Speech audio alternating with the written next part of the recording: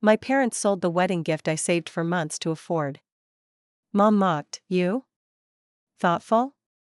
That's funny." My aunt said, "They'll never use that anyway." I kept quiet. Days later, the bride called me in tears, and they couldn't escape the backlash. I'm 32M, and I've always had a strained relationship with my parents. My mother, Lorraine, is the kind of woman who believes respect is earned by her. Not mutual. Not reciprocal. Just hers, because she gave birth to me and sacrificed everything. My dad, Bruce, is passive. He'll go along with whatever keeps the peace, which usually means enabling her. Growing up in Erie, Pennsylvania, wasn't terrible, but my house was. Well, cold. Not temperature-wise, emotionally. We weren't a hugging family. We didn't say "I love you." I figured out pretty young that if I wanted anything to feel normal, I'd have to create that for myself. I have 2 younger siblings, but we're not close. They stayed emotionally tied to our parents in a way I couldn't. I moved out the day I turned 18 and haven't looked back much since. Except for holidays, birthdays, or when I absolutely had to. Now, my cousin Livia, she's different. She's 2 years younger, and while we weren't close as kids, adulthood brought us together. She's one of the few people in the family who sees my parents the way I do. We bonded over that. She's thoughtful, grounded, and has always treated me with a kind of warmth that I never got from my immediate family. So when she got engaged last year to Jonas, a really great guy, I was genuinely happy for her. I wanted to do something special. Not to show off. Just something meaningful. Something that would reflect how much she meant to me.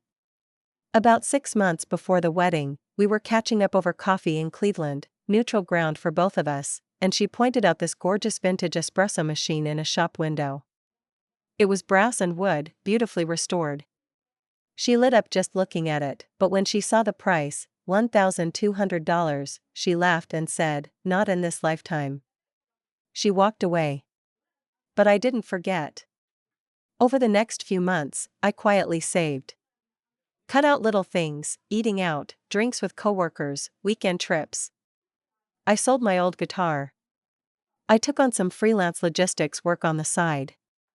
Every dollar went into a savings envelope marked Livia.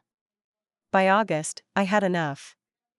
I drove to Cleveland, bought the machine, and asked the shop owner if they could include a card I'd written. They even threw in a year's subscription to a small batch coffee roaster. It was perfect. Packed securely in a wooden crate with protective foam and ribbon. Here's where I screwed up. I dropped it off at my parents' house a week before the wedding. They were going to the wedding with a bigger vehicle, and I didn't want to risk damaging it by cramming it into my compact car. I trusted them to take it to the venue. That was the last moment anything made sense. I showed up the day before the wedding to confirm everything. That's when I found out. "We sold it," my mom said without even turning around. She was standing on the porch like it was a regular Thursday. "Excuse me?" "We had a garage sale," she said. And it was just sitting there. I didn't think it was anything important. Besides, that thing looked ridiculous. Who needs all that just to make coffee? I couldn't breathe for a moment. Then Aunt Mara piped up from the rocking chair, swirling her wine. "They probably wouldn't have used it. People don't want that stuff anymore." I reminded them there was a handwritten card inside the box. That it had Livia's and Jonas's names written on it. "Oh, well. Too late now," my mom said. "Don't make this about you. You always make everything about you." That line hit like a slap. Classic Lorraine. I left without another word. Went to the wedding the next day and gave them a generic card saying the gift had been misplaced and I'd send it soon. Livia didn't ask questions. She just hugged me. I figured that was that. That I could eat the loss quietly. That no one needed to know. But 3 days later, Livia called. She was crying so hard she could barely speak. "I don't understand," she said. "Your mom told us you lied. That you never got us anything." She called me and said you were just trying to get attention. I was stunned and silent. She said you made the whole thing up, Livia continued. But then, I went over there today to say thank you. And I saw it. In their kitchen. She paused. It still had your card inside. Unopened. Untouched. The pit in my stomach turned into a chasm. I didn't even know what to say. I felt angry, but more than that, I felt embarrassed. Humiliated. Livia was crushed. She'd looked up to my parents in some weird way, even knowing how they could be. But this was different. This wasn't just pettiness or coldness. This was theft. She confronted them. My mom doubled down. Said it was a family gift and that someone like me didn't get to outshine everyone else. That I was trying to make them look bad with an extravagant gift, and that she was reclaiming the family dynamic. Jonas, bless him, wasn't having it. Quiet guy, never posts on social media, suddenly puts up this long post thanking everyone for their generosity at the wedding, except for one gift that had been wrongfully taken and misrepresented by family members who should have known better. He didn't name names, but people figured it out. Quickly. The comments section turned into a storm. Relatives texted me.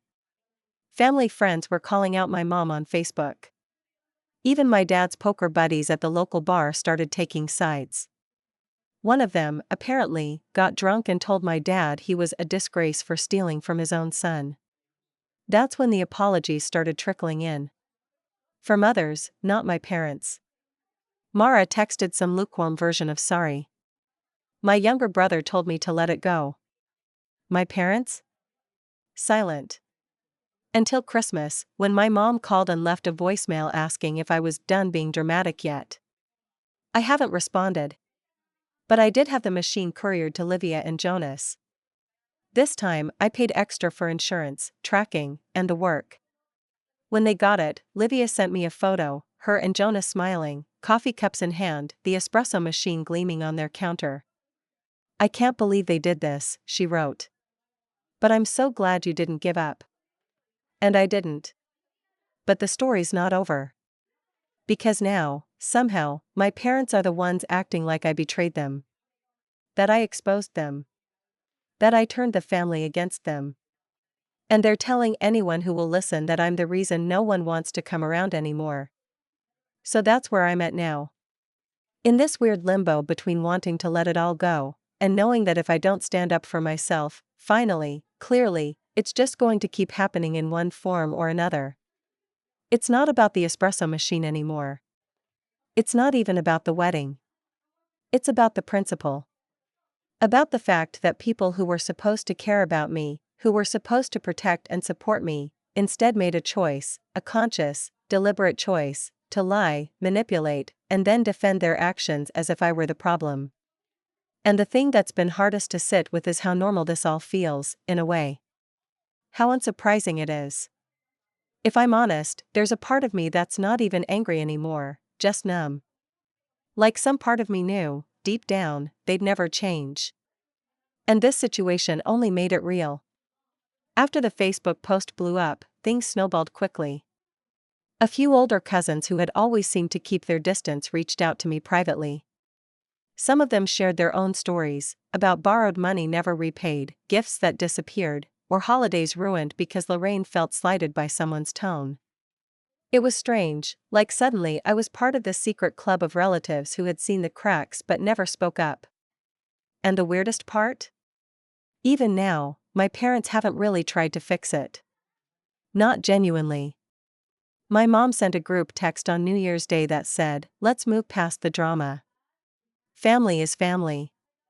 We don't need to keep punishing each other." That was it. No apology.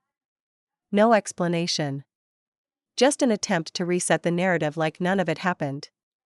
Jonas saw it and texted me directly, "This is what absurds do. They gaslight, then ask for forgiveness they never earned." He's not wrong. Meanwhile, the fallout continued in subtle ways. My younger sister, who usually stays out of everything, quietly uninvited my parents to her daughter's birthday party.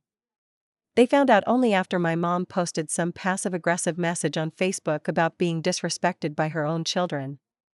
I didn't even know she was disinvited until later. When I called my sister to ask about it, she just sighed and said, "I'm tired of pretending. I saw what they did to you, and it was the final straw for me." I think that's been the real shift. Not just for me, but for others, too.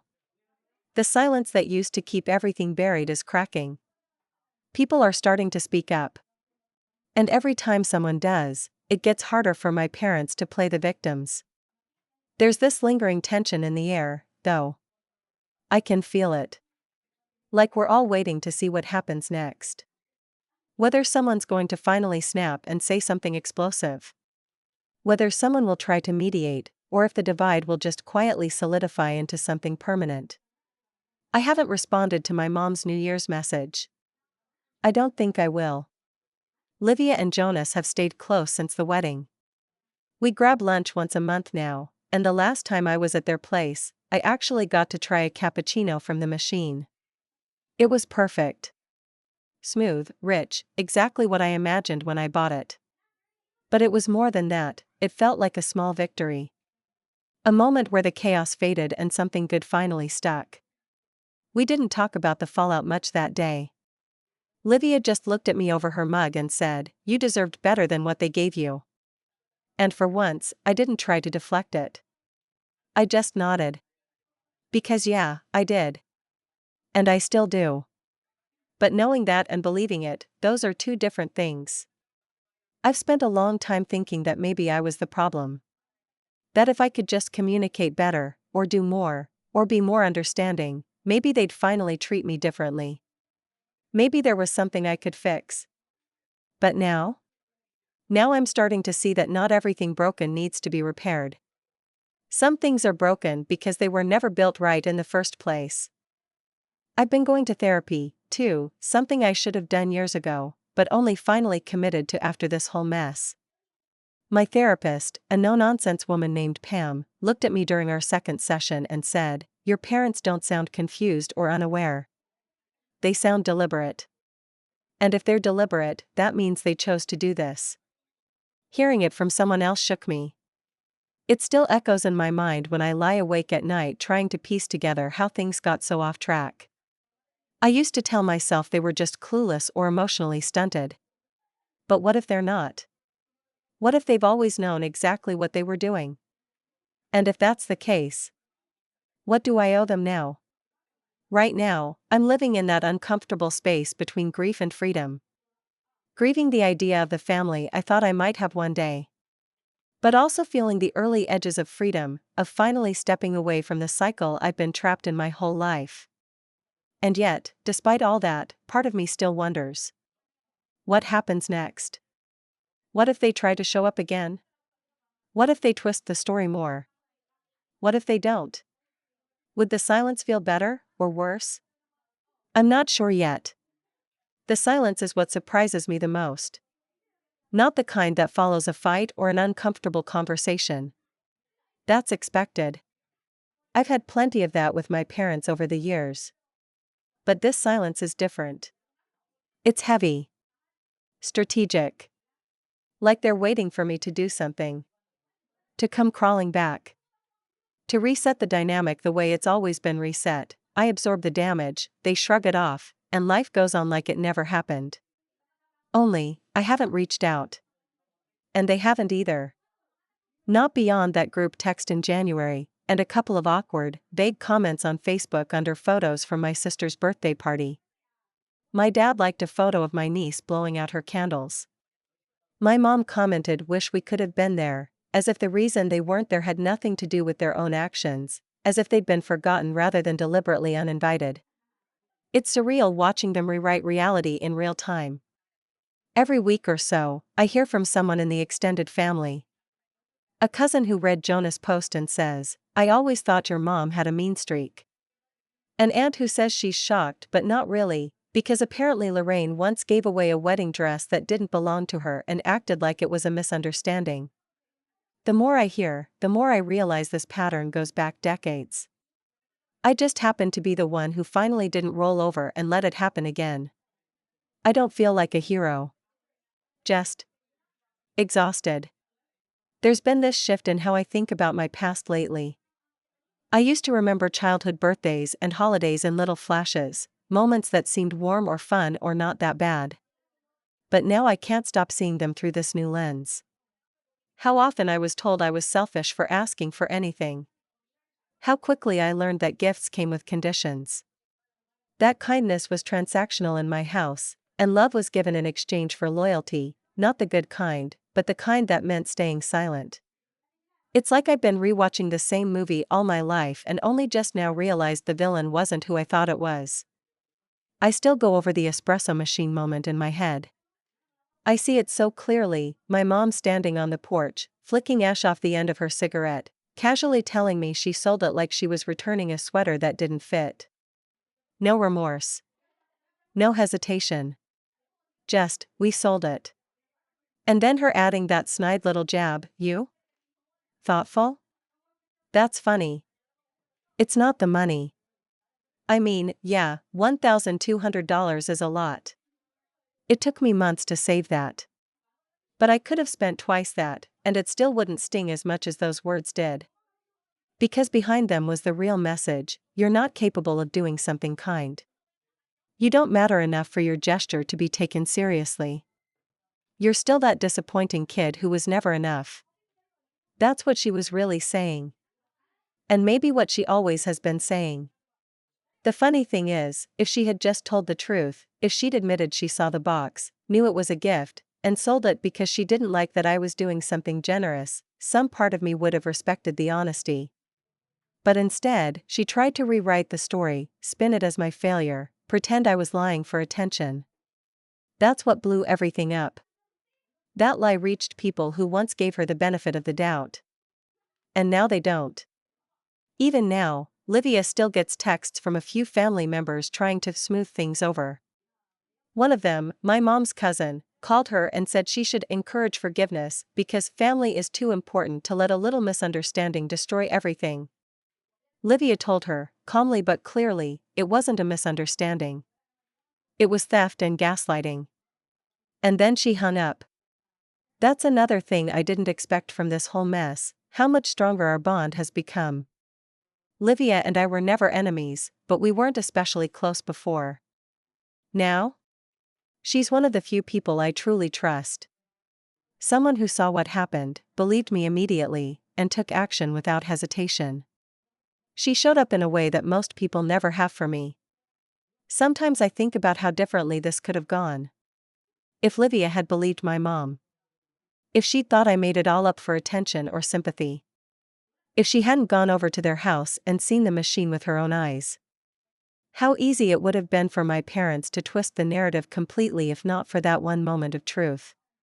It scares me how close I came to letting it go. How close I came to just letting them win again. My therapist, Pam, says it's a trauma response. That I've been conditioned my whole life to make myself small in the face of their disapproval. That standing up to them, even in silence, feels foreign and wrong because it was never safe to do so before. But every week, it gets a little easier.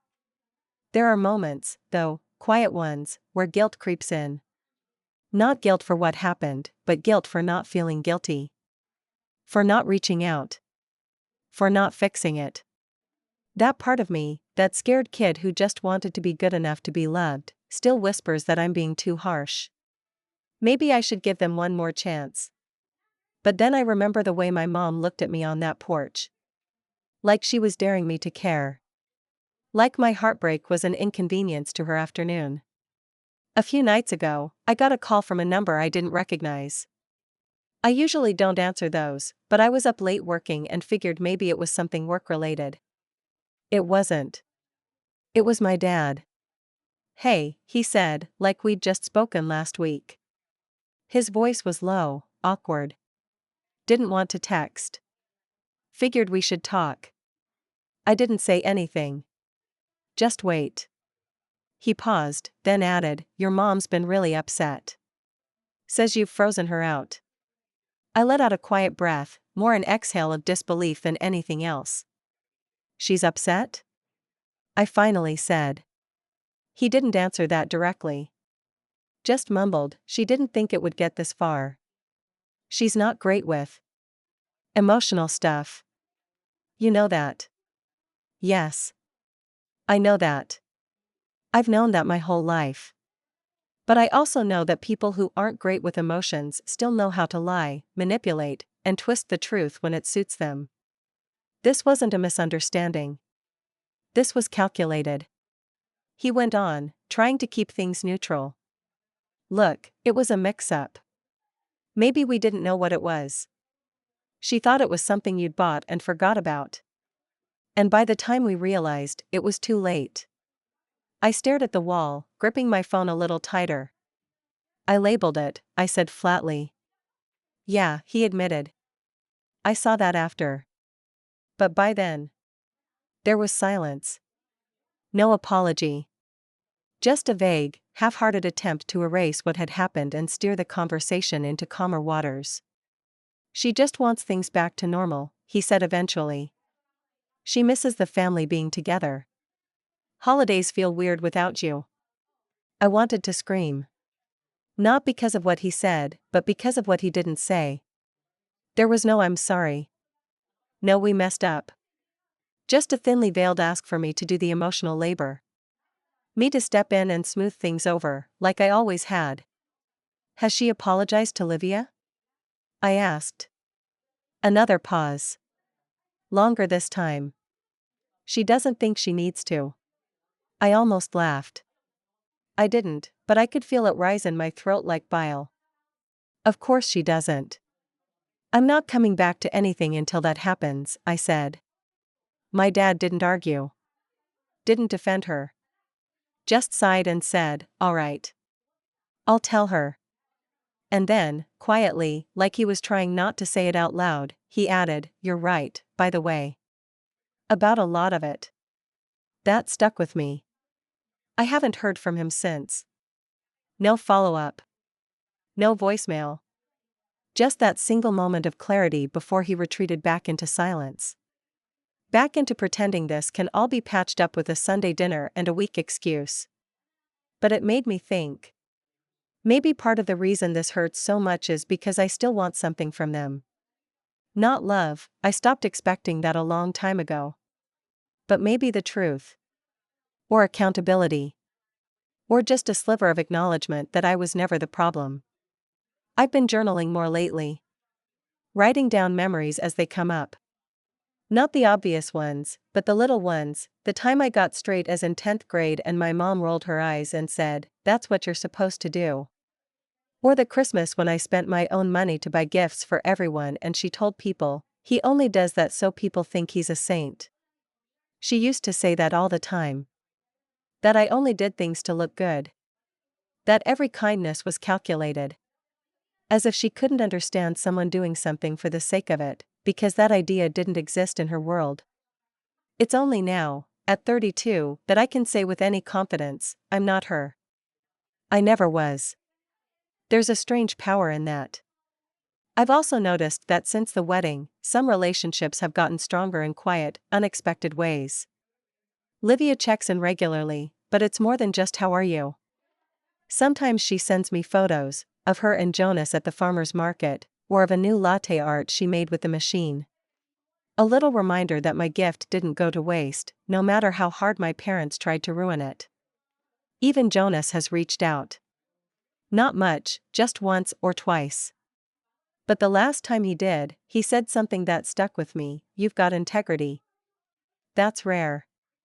And not a lot of people in your family seem to know what that looks like. But we see it. That meant more than I expected. On the flip side, I haven't heard from my siblings. Not really. My younger brother, well, he's always been a shadow of my dad, emotionally checked out and focused on staying neutral at all costs. I get it. Neutrality is easier than confronting a lifetime of family dysfunction. But silence, in situations like this, is a choice. And it speaks volumes. My sister did text me once, weeks ago. Just a short message, I'm not picking sides, but I hope you don't shut everyone out. I didn't respond. Because I'm not picking sides either. I'm picking boundaries. And the longer I sit with that, the more peace I start to feel. There's still a part of me that wonders what happens when the next big family event rolls around. A wedding. A funeral. A holiday. Will I be invited? Will I go? Will someone else be the scapegoat if I'm not there to fill that role? Because that's the pattern, right? Someone has to carry the weight. Someone has to absorb the dysfunction so everyone else can pretend things are fine.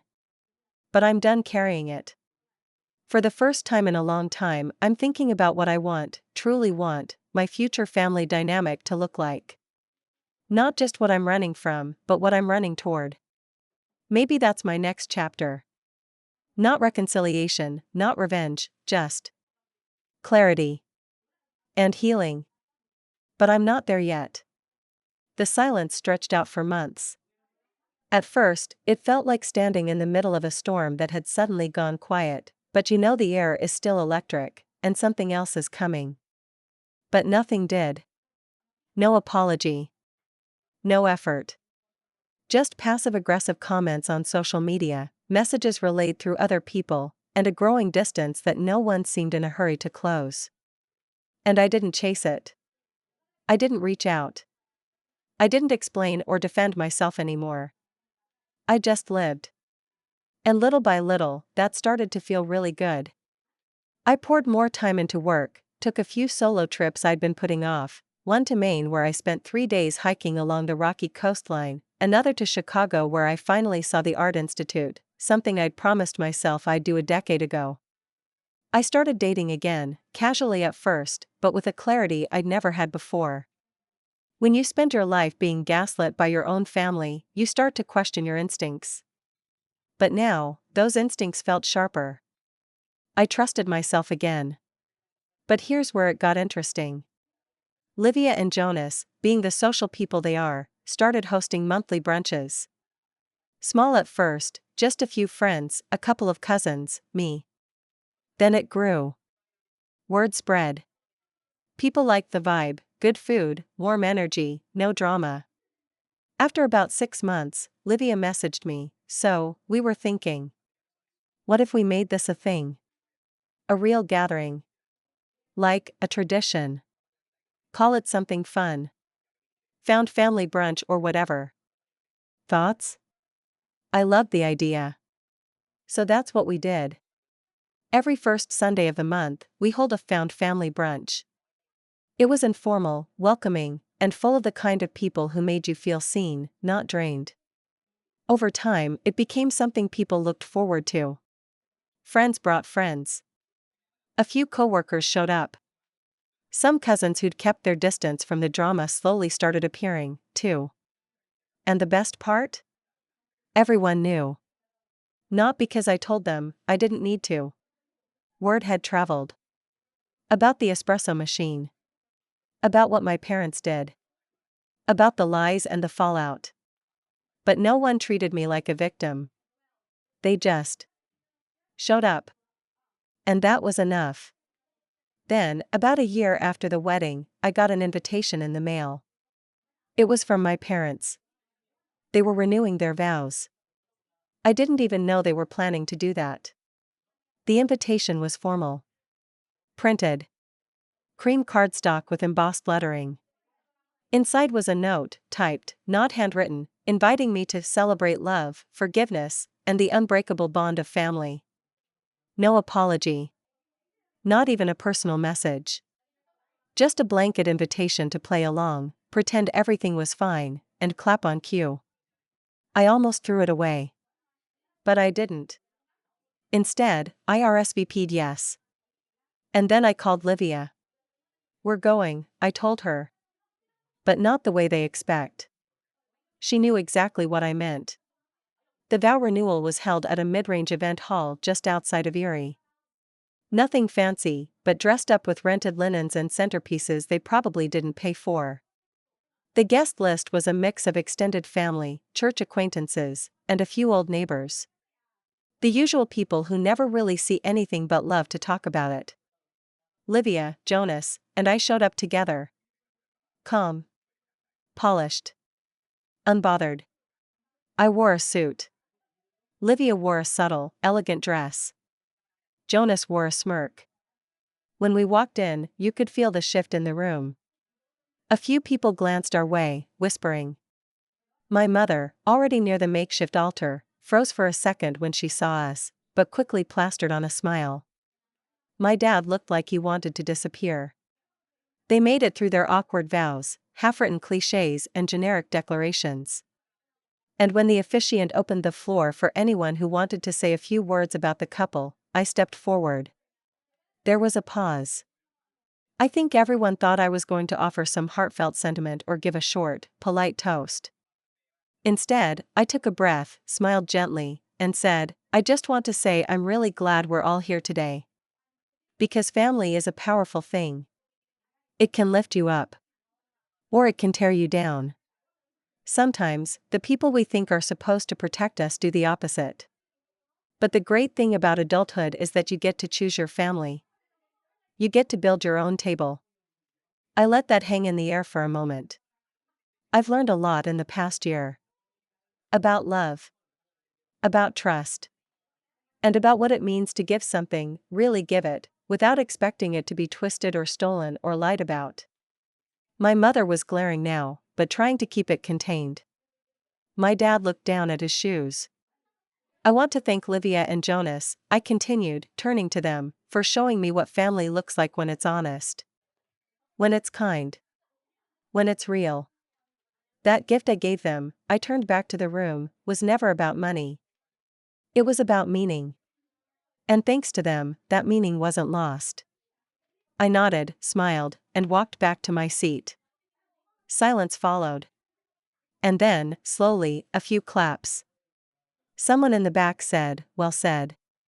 Livia reached over and squeezed my hand. My parents didn't say a word to me the rest of the night. Not when the ceremony ended. Not during the reception. Not when we left. And that was the real win. Because for once, I didn't shrink. I didn't let them dictate the story. I told the truth, calmly and confidently, in front of all the people they'd tried so hard to fool. And I didn't do it to humiliate them. I did it to reclaim my voice. In the months that followed, the found family brunch grew even more. It became something people looked forward to. A place for healing, for community. I met someone there, a woman named Elise, smart, funny, a little guarded like me, but open-hearted in ways I'm learning to be. We're not rushing anything, but it feels right. As for my parents? They faded. Not dramatically. Not with screaming or ultimatums. Just quietly. They stopped being the center of my world. They lost their power, not because I took anything from them, but because I stopped giving it. Sometimes, revenge isn't about destroying someone. Sometimes, it's about living better without them. And that's exactly what I've done.